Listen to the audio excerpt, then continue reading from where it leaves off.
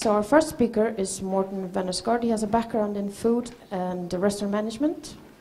Started at Solberg & Hansen in Oslo in 2003. Product manager and coffee buyer until 2011 when he started Nordic Approach together with Tim Wendelbo. Today he will talk about trading models in Rwanda and Burundi. Give him a big hand, Morten.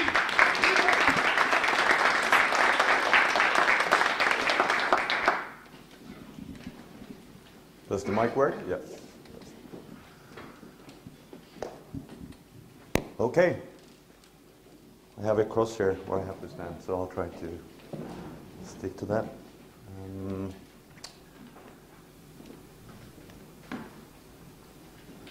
Good. Yeah. Like Björk said, I'm from Nordic Approach. Started the company last year. We are focusing a lot on Africa and I mean Ethiopia and Kenya that are very well established, but we are also trying to be progressive and contribute to develop and find really high standard quality coffees from Rwanda and Burundi.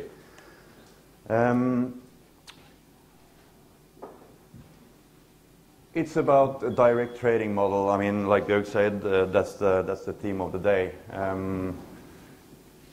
I can't really talk about direct trade without going into some of the background and story of how coffee have developed in those countries the last 100 years, and I will also go a little through, you know, different processing techniques and politics and infrastructure and so on. Because, I mean, to me, direct trade or transparent trade is more than, you know, just paying a good premium to a producer and do a handshake.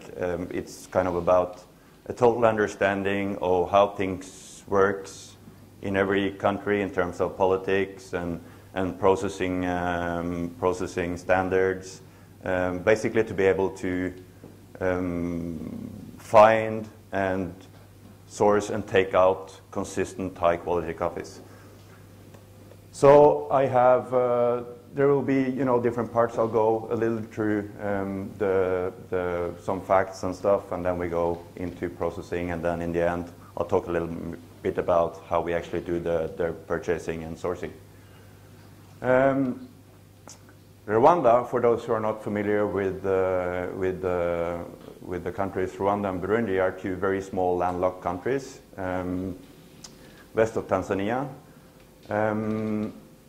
They do, I mean, depending on what year you actually look at, because the crop is going up and down pretty significant in those countries, but you can say, like, in total, Rwanda and Burundi is producing almost the same amount of Arabica coffees as they do in Kenya in total. But it covers less than 10% of the same area, meaning it's kind of it's a pretty dense production. And when you go there, you can see, you know, coffee trees and coffee production all over the countries, more or less. It's very densely populated. It's according to the space. I mean, it's 10 million people in total. No, for each and every country. And basically, when you're there, there's people everywhere, always. And 40% of the people are dependent on the coffee industry. I mean, in Rwanda, it's about 500,000 farmers or farmer families. In Burundi, there's like 600,000. And in total, that's about 40% of the population that are dependent on the industry. And coffee counts for the major export, and is really important for the income. It's important why I took the kind of brought up that the countries are landlocked. It's pretty important for the coffee history there, because it's not easy to get coffee out of Rwanda and Burundi. They have to go, you know, you have to go either through Uganda into Kenya and down to Mombasa, or you have to transport the coffee through Dar es Salaam. And historically, that's been a challenge. And there's also let's say two different products in terms of coffee that are traded from these countries. Let's say the traditional product is the semi-washed coffee. Basically, it's coffee that are home processed at the farms or by a local trader, dried on the ground, and traded as kind of low-quality commercials. And they are hardly ever traceable. And then you have what we call fully washed, or what they call fully washed now, which is, you know, it's produced by smallholders, processed at washing stations. From now on, that's the coffees I'm actually talking about when I talk about coffee from these countries.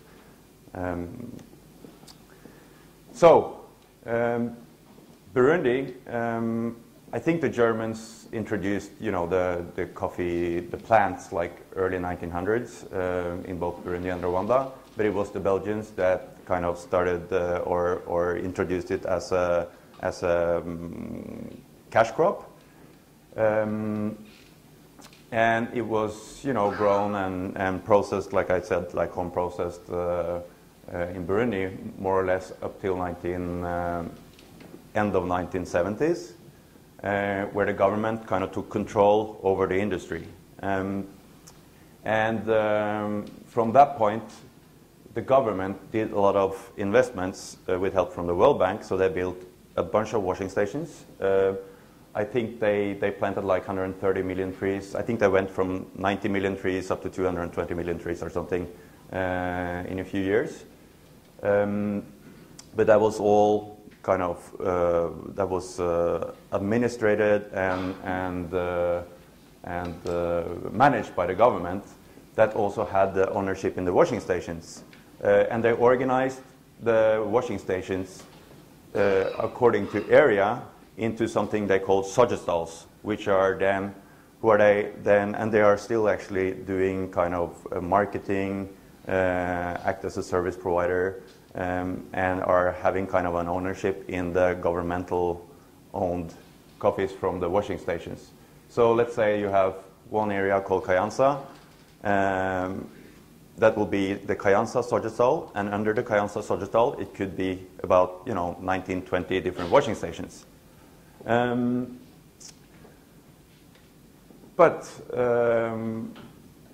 mean, it's not always good having a that kind of impact from the government, and it created like a monopoly. So after the Civil War in 2005, they got some pressure from the World Bank to liberalize the industry, so they had to go out and privatize the industry. You know, before that, it wasn't really easy or even possible, I think, to buy 100% traceable coffees. It was sold as a coffee from a sogestal, but not as a coffee from a specific washing station. So after the Civil War in 2007, when they kind of got into the liberalization, there was several programs that started to increase the quality and help the industry to develop further. And one of them are something called BAP, which is a program that was funded by the USAID and University in Texas. So they have been doing a lot of groundwork. They have been implementing farmer practices. They have been working on processing techniques, and they have also been very important for the kind of marketing of Burundi as specialty the last 5 years. And I think up to 2008 it was also difficult to do direct contracts, which changed by law. And from 2009 they started to sell out the governmental-owned washing stations, so they are sold like on auctions, normally 3 at a time. So right now there's a lot of investment. There's private investors that are taking kind of, they're not taking over the industry, but they are progressive and want to take the industry forward. So today we have about, I think it's still about 160 washing stations, where now 30 or maybe 40% is private. There was just like an auction going on earlier this year. Like I said, about 600,000 smallholder farms. It's only like 200 trees per farm, which is not much, especially not when they don't produce more than 1.5 or 2 kgs of cherry per tree. So basically one lot, big or small, it will consist of coffee from 500,000 farmers, even more. The good thing with Burundi is that when the government had that impact from the 80s, they implemented a lot of, let's say, quality routines and pretty strict rules of how to do processing and how to do separation and stuff. So, for instance, by tradition, they are doing lot separation by daily pickings and so on. So there's a lot of good thing actually with the impact that the government had, but I think to take the industry forward, they still have to kind of open it up.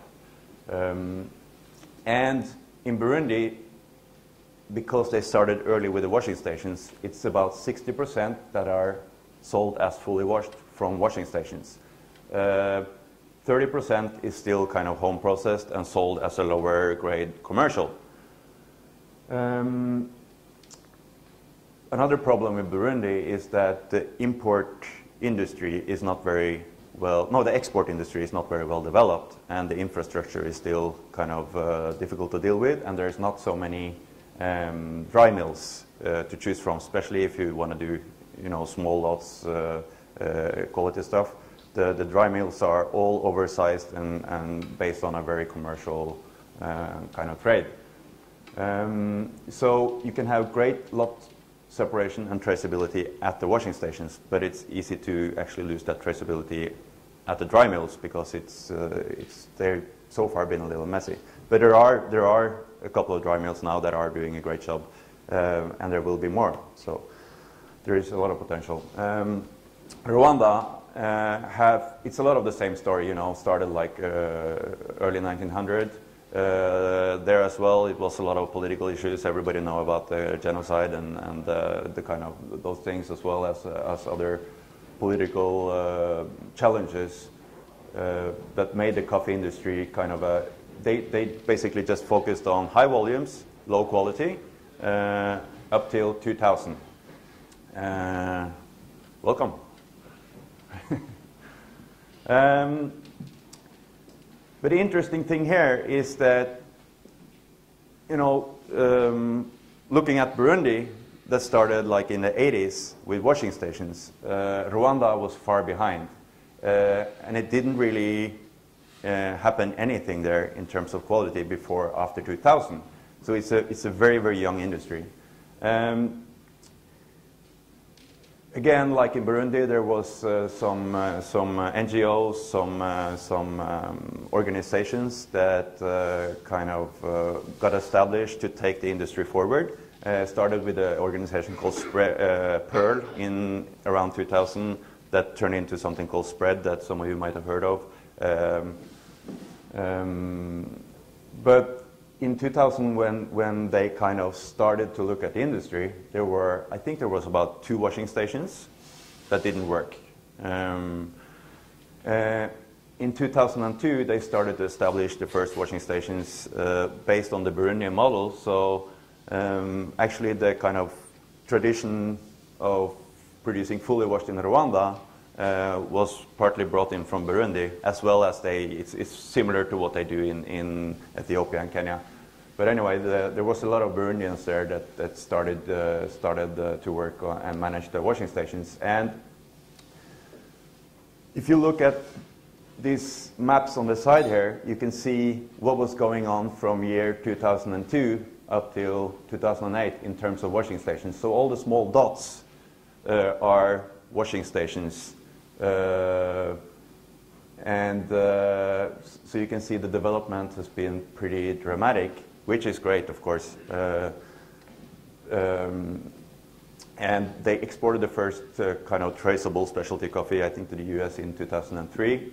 And now they're doing great volumes, considered as high quality fully washed.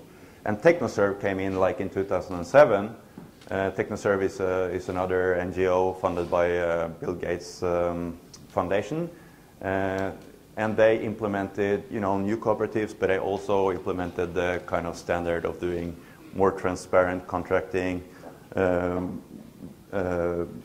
One of their standards is to showcase what is actually going back to the farmers and so on, and that changed the industry pretty dramatic as well. And then you had Cup of Excellence and other programs that really helped. So again, the Rwandan structure, very similar to Burundi.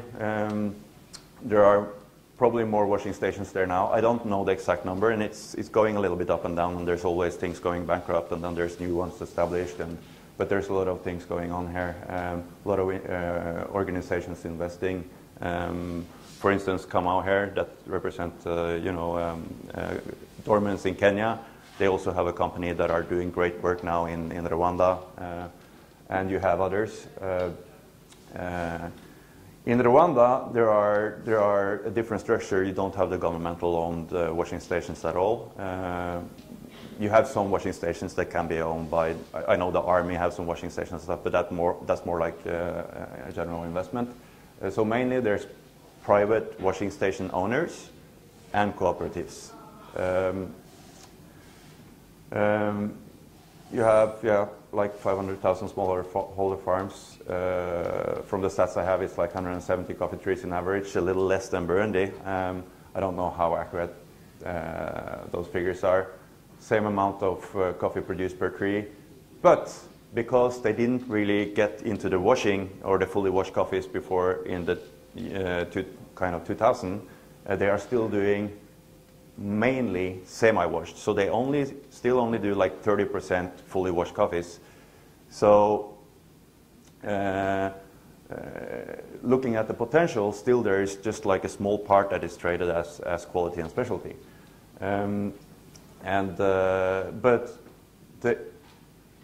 the export industry and the infrastructure is far better than Burundi. And the government is also very progressive and are really welcoming foreign investors. So there's a lot of things going on that really benefits the industry in terms of milling and transport and all that kind of stuff, which is great. I'm going to go through more of the details regarding the coffee. In general, you refer to the varietals in Rwanda and Burundi as Bourbon, which is probably true, but the farms are small and the trees have often been planted through generations, and so there have been different kind of Bourbons introduced to the different farms in the different periods of time. So it's really hard actually to tell when you have a coffee at the washing stations that are from several farmers. It's hard to tell exactly what varietal it is. And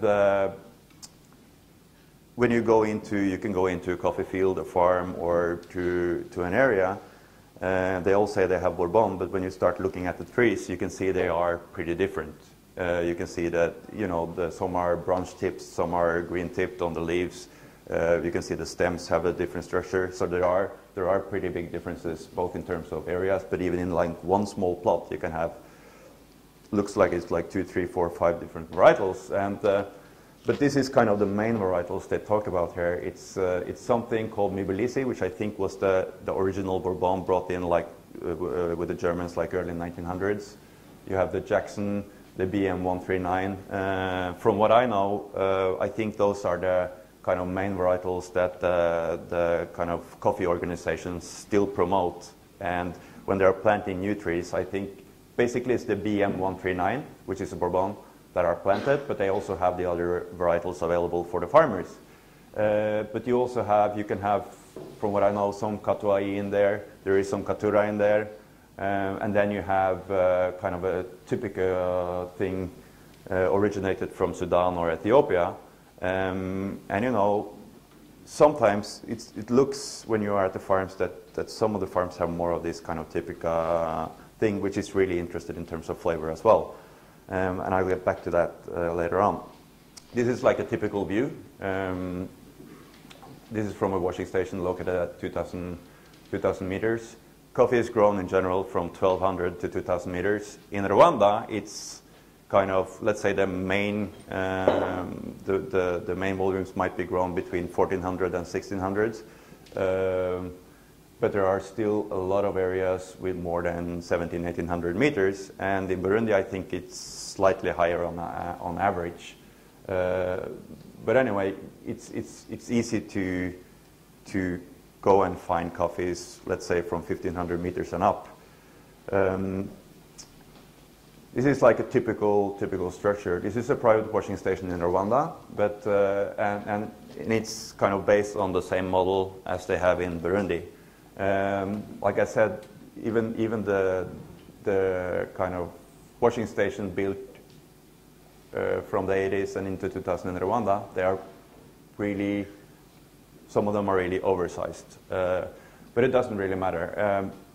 They are still able to do kind of even pretty small volumes or daily lots if they structure it right. But the thing is that this is like a typical setup. You have the washing stations and it's surrounded by farmers all over. So normally the farmers can go down, deliver the cherries to the washing stations, or they will have site collectors around in the different mountains and the different hillsides that are collecting cherries from the local farmers and bringing it down to the washing station to get it processed. And this is the typical farm surrounding the washing stations. It's kind of, you have the houses on the left, which is one farm, and then you have the houses on the right that is another farm. So it's pretty dense. It's just like, it's garden with trees, and pretty much the same structure as you have in many other African countries like Kenya or Ethiopia.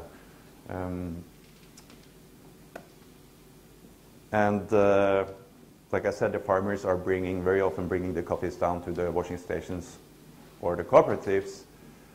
And this is typically how it looks. And they really, especially in Burundi, I think they have a great tradition of sorting cherries at arrival.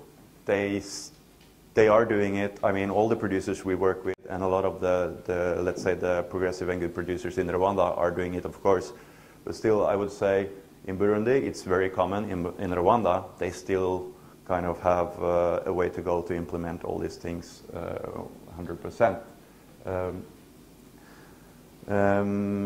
Yeah, and the harvesting season is mainly from April to June or March to July, depending on, you know, some years it can be start early and other years it can be slower. But in general, I would say like the peak of the harvest is like May, June for the kind of higher altitudes. So in general, for me as a buyer, that's kind of the period when it's kind of, that's the period I'm really looking into when you start to look at the different daily lots and stuff like that.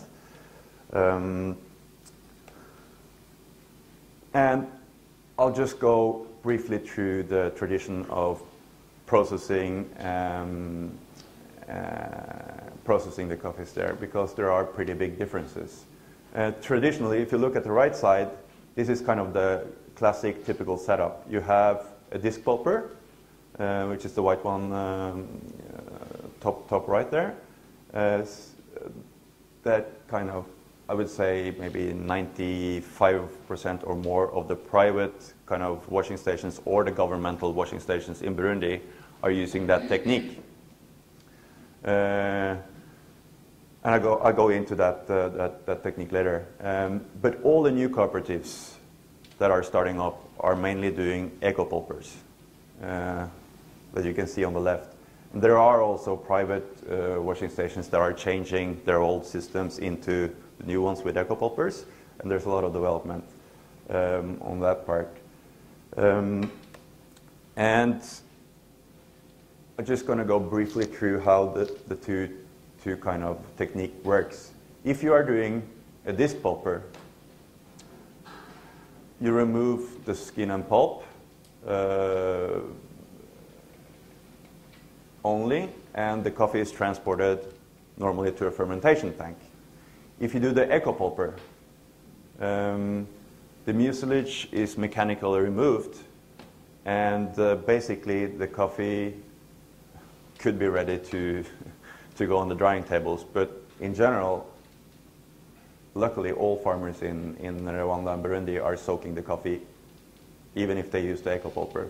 And in my experience, there is hardly any eco-pulpers that can really remove the mucilage 100%.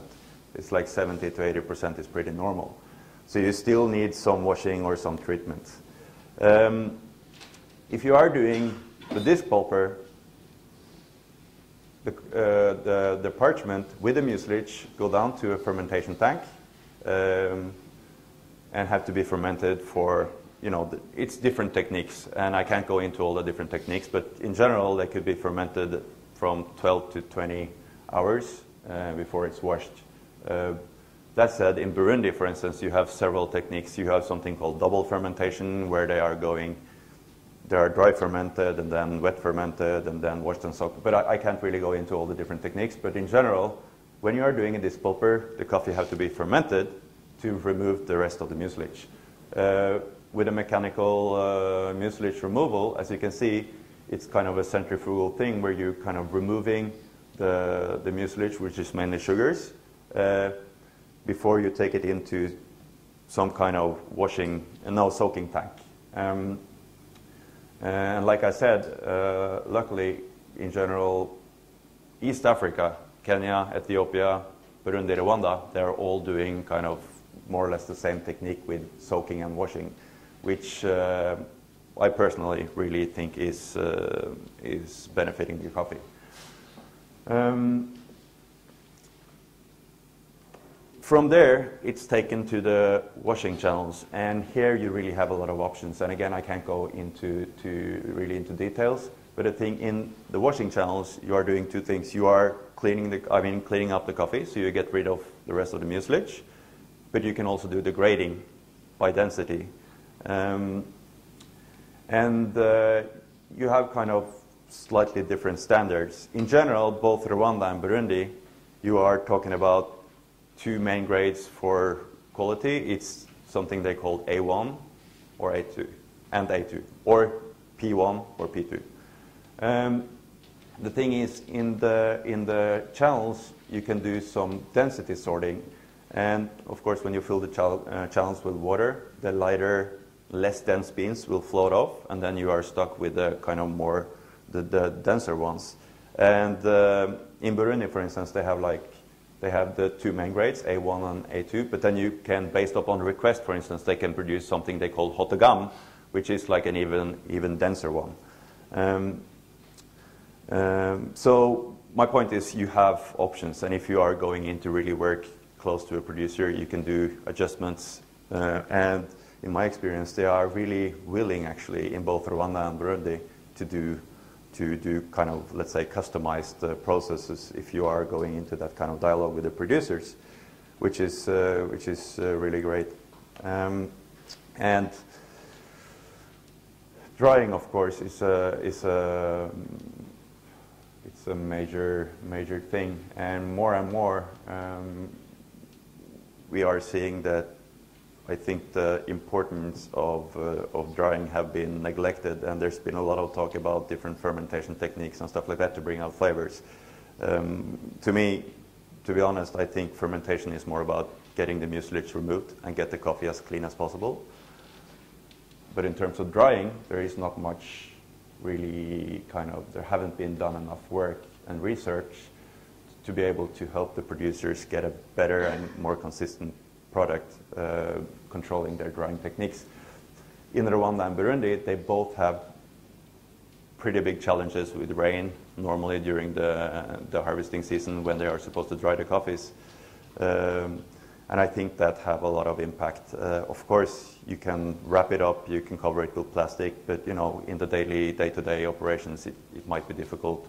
The rain can come fast and all this kind of stuff. So there are development, there are trials. Actually, we are working with some producers in Rwanda. We're going to try to dry under shade for next year as well.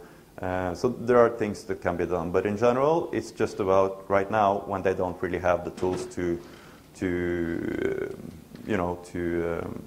do more than actually cover up the coffees. For the producers, it's just like having a lot of awareness on the drying, when and how to cover up the coffees and stuff like that, it's super important. The good thing actually with some rain during the drying season is that the kind of drying time is extended. It's by nature, which I think can be good for the coffee, because you can see in some countries where they have like really hard sun and the drying is too fast, it kind of, in my opinion and in my experience, it never really benefits the coffees. Like I said, the other good thing, especially with Burundi, but also now in more and more in Rwanda, they are doing separation by picking dates. And they are pretty good in following up, you know, taking the kind of tracking information from the drying tables, for instance, into the warehouse. And for me as a buyer, I don't work with anybody that are not doing lot separation. Because it's too difficult to get out the consistent qualities. But for me as a buyer, it's great. So whenever I'm working with a producer in Rwanda or Burundi, we can go it at a certain time, end of harvest or just before, and start to cup daily lots, and you can see, you know, how the quality develops throughout the harvesting season. And it's really a helpful tool for us when we are going to pick out our coffees.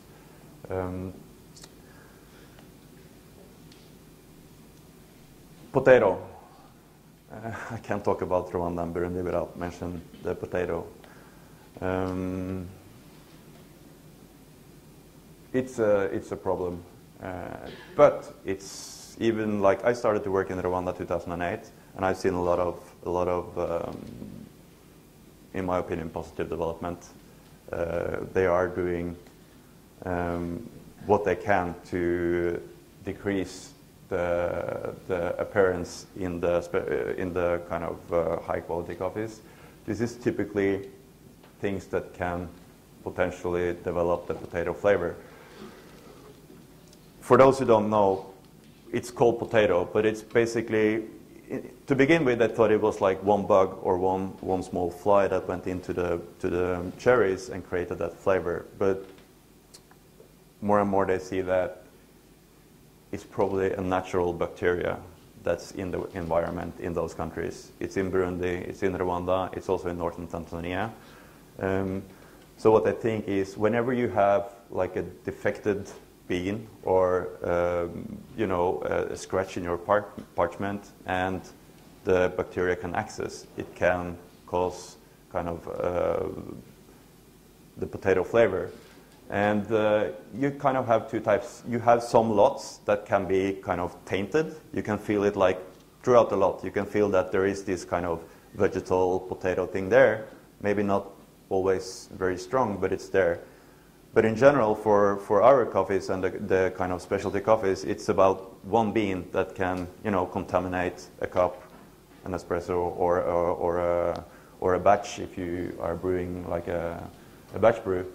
And you know, one bean can ruin like a full batch of brewed coffee. So the question is, I mean, it's there in every Cup of Excellence winners. In every coffee, there will be, if you kind of search long enough, you will probably find one or two or three, or hopefully not more, but a lot of potatoes, if it's not very well selected. But in general, it's just about decreasing the amount of potato or beans that can cause the potato flavors. So there's things that you can do as a producer. First of all, you can do better selection of cherries when they are coming into the washing stations, because like I said, every damaged bean is a potential threat to the potato problem. This is like pretty common in Burundi, actually, what you see on the left side here, where they have kind of concrete tanks where you can, when you come in with your cherries as a farmer, you know, a farmer can come with, you know, 3, 4, 5, 6 kgs of cherries. They just pour them into that sieve, and they can take off the floaters. So that's a really important thing. And the other thing that is crucial is actually the sorting of the wet parchment or parchment after it's fermented. So all the producers that we work with and that I know are are really taking this problem seriously. They are doing a lot of work on the wet parchment sorting. So typically you can have, whenever the coffee comes from the soaking tanks, you have a lot of people just like running up to the tables, and they do for the kind of 2-3 first hours. When the parchment is wet, they are doing very extensive sorting, because when the parchment is wet, it's far easier to actually see the damaged parchment. When it dries up, it's harder to see, you know, brown spots and all these things. And the second thing, of course, is like the better sorting you have after dry milling, the better it is. So, you know, just like 0 defects as a general standard is good, because again you will reduce the amount of potential potato. So to the more into the trade, is there potential?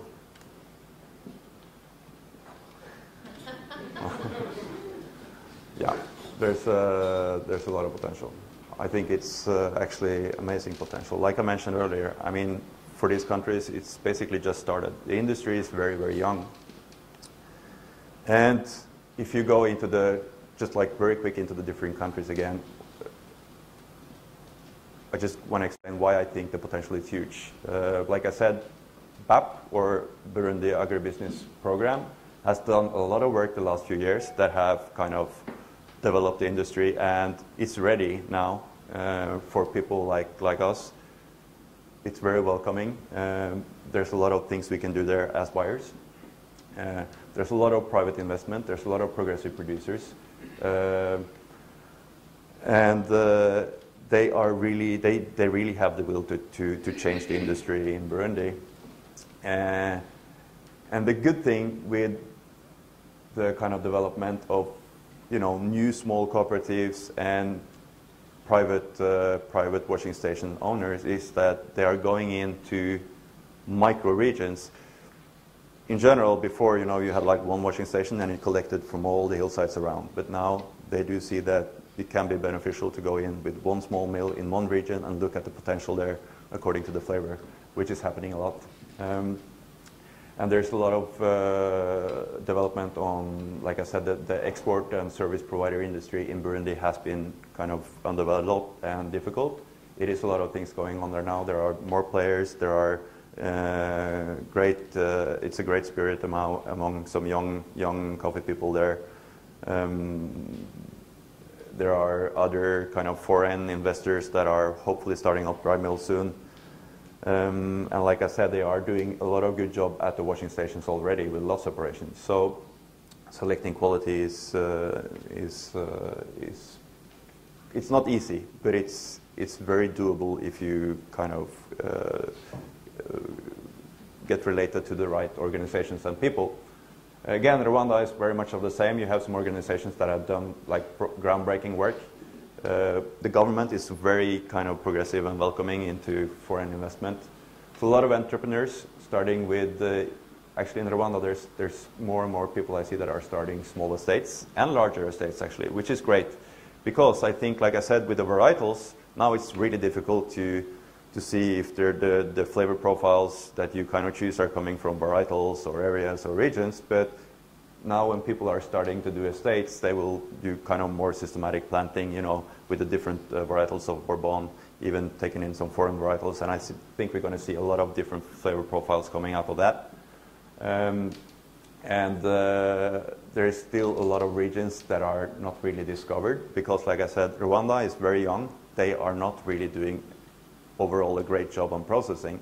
So I think there's regions like the East was previously known as a region with kind of non-interesting coffees for the specialty sector, but it's not true. And now we see a lot of good coffees coming out of there just because they have improved their preparation. So again, I think we will see much more of micro regions there as well into the future. And for the buying side, I'm just going to take an example of how we bought coffees this year to show you how the direct kind of buying model can work in a country like Burundi or Rwanda. Like I said, I started to work in Rwanda like 2008, but Burundi, I didn't buy anything there before this year. I started like in 2000, I think 2000, I was there the first time 2009, 2009, but couldn't really figure out how the industry worked, so I didn't take the chance on buying any coffees. So I traveled now for some years. I start to get like an idea of what I'm looking for in that country. I worked through BAP. They were really supportive. I have been like using them, you know, to get a good overview of the industry, get in contact with organizations and producers. I started then to nail down the areas that I found more interesting during the last years of cupping. Yeah, sorry, I'll hurry up. Yeah, and yeah, this year I was there in May, during the harvest, started cupping, and then I figured out where I want to work and potentially who I'm going to work with. In July, I did a lot of, I went back, I did cupping of the actual coffees I wanted to buy. I found 11 different lots from 3 different producers. And then, okay, I met the producers. I started to discuss the prices. I think it's still pretty cheap in Burundi, to be honest, compared to the quality. The thing is that there is some challenges, so still it's really hard to justify the prices that you can get in like Ethiopia or Kenya, but the potential is there. So we agreed upon a basic price this year, and we will increase it for next year if everything goes as planned. So that's the incentive to the producers. We had to have the meeting with the dry mills because it's pretty complicated there, and they assured me that they will do, you know, we did micro lots down to, in Burundian standards, is micro lots, it's like 25 bags and up.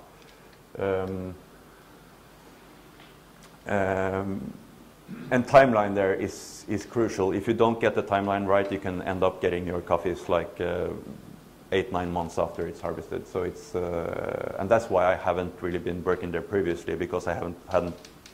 It was too difficult to figure out if I would get the coffee out in time or not. And then after kind of setting all the standards with the dry mill and stuff, I picked out the exporter we're going to use, which is a sister company of Dormans, who is presented here. So they have kind of a service provider thing in Burundi. They have a guy on the ground that can follow up. You know, I need somebody to follow up the milling, actually to get the coffee transported from all the local warehouses at the farms and down to the mill, all these things. And it's a service that is crucial if you want to get the stuff right. You know, you figure out the prices with the exporter and for the service provided, FOT to FOB and all this stuff. That was like 20 cents per pound. I picked my shipping line. I received the pre-shipped samples and are ready to go. So now we're moving into the cupping. We're going to cup three different Burundians and 3 different Rwandans.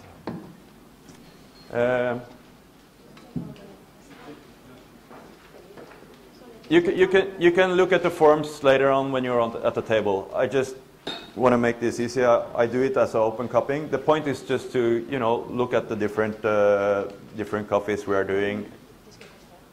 Yeah. Okay. Ja, vi begynte en halvtime for sent.